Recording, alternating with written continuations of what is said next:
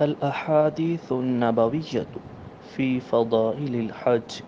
عن أبي هريرة رضي الله تعالى عنه قال قال رسول الله صلى الله عليه وسلم: من حج هذا البيت فلم يرفث ولم يفسق رجع كما ولدته أمه. متفق عليه.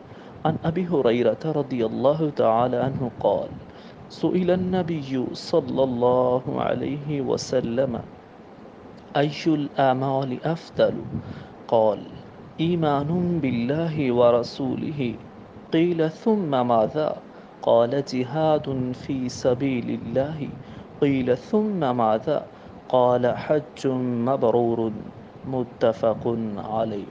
وعن أبي هريرة رضي الله تعالى عنه قال قال سمعت النبي صلى الله عليه وسلم يقول: من حج لله فلم يرفث ولم يفسق رجع كيوم ولدته أمه. رواه البخاري. عن أبي هريرة رضي الله تعالى عنه قال قال رسول الله صلى الله عليه وسلم: العمرة إلى العمرة كفارة لما بينهما، والحج المبرور ليس له جزاء إلا الجنة. متفق عليه. عن عمر قال قال رسول الله صلى الله عليه وبارك وسلم: تابعوا بين الحج والعمرة فإن متابعة بينهما تنقي الفقر والذنوب كما ينفي الكير خبث الحديد.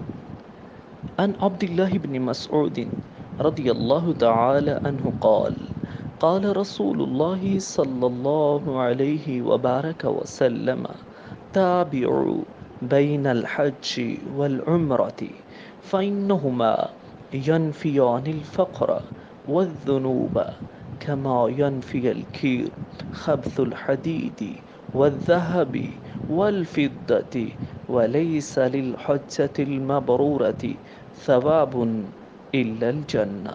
رواه الترمذي. عن أبي هريرة رضي الله تعالى عنه قال خطبنا رسول الله صلى الله عليه وسلم فقال: أيها الناس، قد فرض الله عليكم الحج فحجوا. فقال رجل: أكل يوم يا رسول الله صلى الله عليه وسلم؟ فسكت حتى قالها ثلاثا.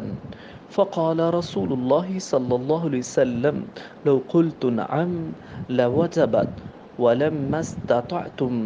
ثم قال: ذروني ما تركتكم فإنما هلك من كان قبلكم بكثرة سؤالهم واختلافهم على أنبيائهم، فإذا أمرتكم بشيء فأتوا منه ما استطعتم، وإذا نهيتكم عن شيء فدعوه. رواه مسلم.